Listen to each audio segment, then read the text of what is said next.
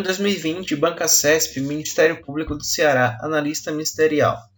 Os direitos fundamentais são prerrogativas próprias dos cidadãos, em função de sua especial condição de pessoa humana, e as garantias fundamentais são os instrumentos e mecanismos necessários para a proteção, a salvaguarda ou exercício desses direitos. Com relação a esse assunto, julgo o item que se segue. Direitos individuais implícitos estão subtendidos nas regras de garantias fundamentais, sendo exemplos os desdobramentos do direito à vida. Correto. José Afonso da Silva classifica os direitos individuais em 3 grupos. Direitos individuais explícitos, enunciados diretamente no texto constitucional em seu artigo 5º, direitos individuais implícitos, direitos que resultam do desdobramento dos direitos maiores, como os direitos decorrentes do direito à vida, à propriedade, e direitos individuais decorrentes que não se encontram no texto constitucional e nem derivam do texto em si, mas resultam das adoções de regimes e tratados internacionais subscritos pelo Brasil. Artigo 5º, parágrafo 2º. Os direitos e garantias expressos nessa Constituição não excluem outros decorrentes do regime e dos princípios por ela adotados, ou dos tratados internacionais em que a República Federativa do Brasil seja parte. Ano 2020, Banca CESP, Ministério Público do Ceará, técnico ministerial. Os analfabetos não podem registrar-se como eleitores.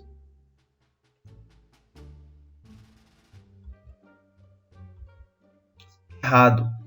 A participação no sistema eleitoral nacional é definida no artigo 14 da Constituição Federal de 88, trazendo como regra a separação. O voto obrigatório, maiores de 18 anos e menores de 70 anos. Voto facultativo, maiores de 16 anos e menores de 18 anos, maiores de 70 anos. Inalistáveis, estrangeiros e conscritos. Inelegível, inalistáveis e analfabetos. Ano 2020, Banca CESP, órgão Ministério Público do Ceará, técnico ministerial. Brasileiro naturalizado pode ocupar o cargo de presidente da Câmara dos Deputados. Errado. Apesar de definir como regra a não distinção de direitos entre brasileiros natos e naturalizados, o texto constitucional trouxe exceções importantes. Dentre elas estão os cargos privativos de brasileiros natos. Artigo 12, parágrafo 3º. São privativos de brasileiros natos os cargos de presidente e vice-presidente da República, de presidente da Câmara dos Deputados, de presidente do Senado Federal, de ministro do Supremo Tribunal Federal, de carreira diplomática, de oficial das Forças Armadas, de ministro de Estado da Defesa. Importante destacar que não há nenhuma vedação quanto ao brasileiro naturalizado ser eleito deputado federal ou Senado Federal. A vedação é expressa quanto à possibilidade de assunção de cargo máximo do ente legislativo, mas não quanto à sua composição. Em 2020, Banca CESP, órgão Ministério Público do Ceará. Se com o intuito de eximir-se de obrigação legal a todos impostas, uma pessoa se recusar a cumprir prestação alternativa, invocando convicção filosófica e política ou crença religiosa, os direitos associados a tais convicções poderão ser restringidos?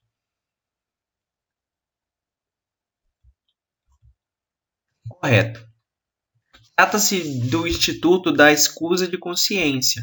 Não há base legal à imposição absoluta de deveres ao particular quando estamos diante de uma situação de afronta a direitos individuais. Assim, para que tal imposição seja possível, é essencial que o Estado apresente uma alternativa ao caso de não atendimento ao mandamento legal.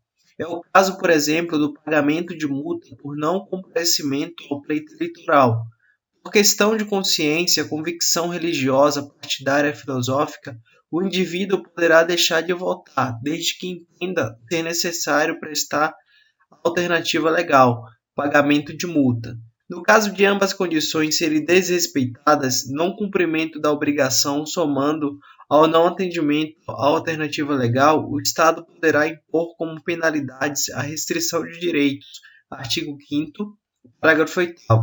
Ninguém será privado de direito por motivo de crença religiosa ou de convicção filosófica ou política, salvo se as invocar para eximir-se de obrigação legal a todos impostas e recusar-se a cumprir prestação alternativa fixada em lei. Ano 2020, Banca CESP, Cefaz, auditor fiscal da Receita Estadual. É viável a extinção de órgão público por meio de decreto do Presidente da República na hipótese de redução de despesa para a União? Errado. Por questão de simetria, a criação e extinção de cargo ou órgão público no Brasil decorrem especificamente da edição de lei. Ocorre que após 2001, com a aprovação da Emenda Constitucional número 32, o chefe do Poder Executivo passou a deter um poder especial e excepcional de extinção de cargo público mediante simples decreto autônomo. Observe que, em referência aos órgãos públicos, a vedação prossegue. Ano 2019, Banca CESP, Prefeitura de Campo Grande, Procurador Municipal. Situação hipotética. Carlos requereu o registro de sua candidatura para concorrer ao cargo de prefeito de um município criado por desmembramento territorial do município cujo poder executivo é chefiado pelo seu irmão. Assertiva. Nesse caso, o Carlos pode ser irmão do prefeito do município mãe. Inelegível? Certo. Súmula 12 do TSE.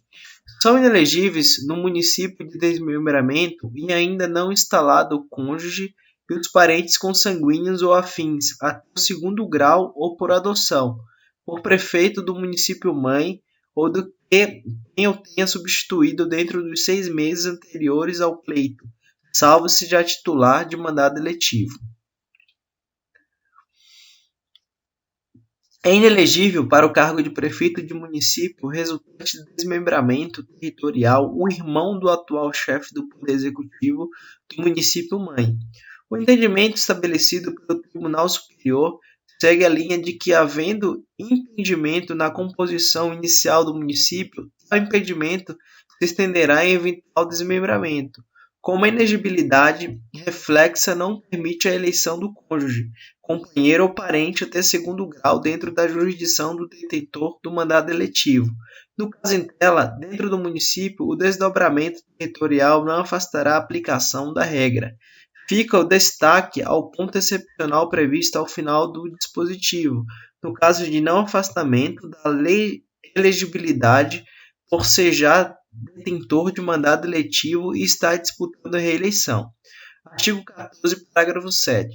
São inelegíveis no território de jurisdição do titular o cônjuge e os parentes consanguíneos ou afins, até o segundo grau ou por adoção do Presidente da República, de governadores de estados ou territórios do Distrito Federal, de prefeito ou de quem os haja substituído dentro dos 6 meses anteriores ao pleito, salvo se já titular de mandado eletivo e candidato à reeleição.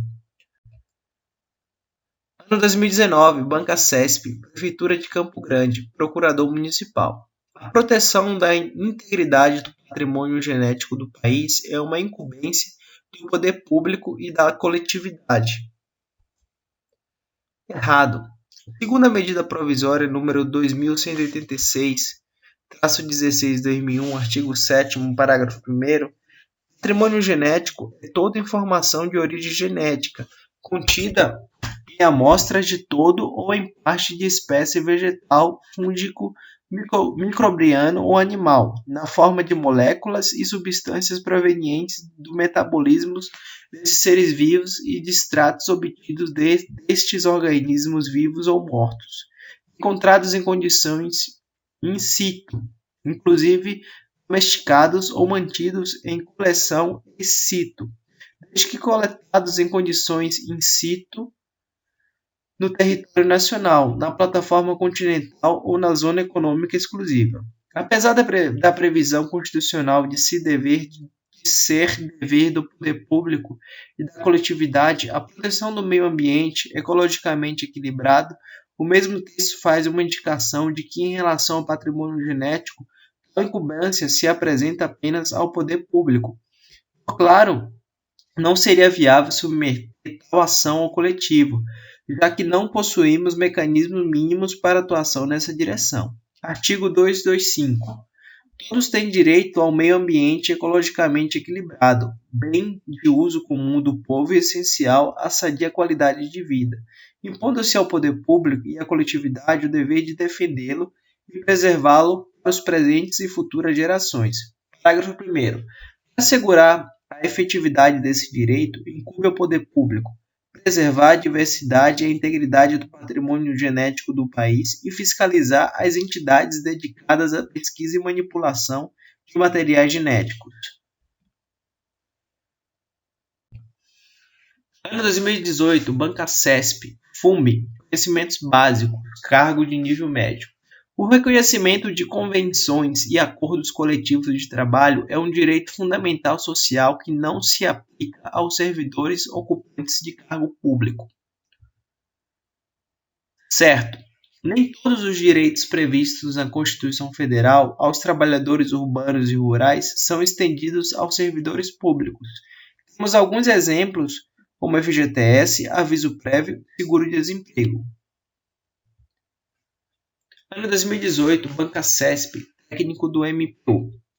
É vedada ao cartório a cobrança de valores para efetuar registro de nascimento civil, que é um direito reconhecido a todos os brasileiros e estrangeiros residentes no país.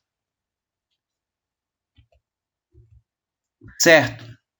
A previsão constitucional garante acesso gratuito ao registro de nascimento civil aos reconhecidamente pobres, porém, com a edição da Lei nº 9.534 de 97, houve uma alteração importante na Lei de Registros Públicos, que passou a reconhecer tal direito como de todos, sem distinção. Artigo 30, Lei nº 6.015 de 73.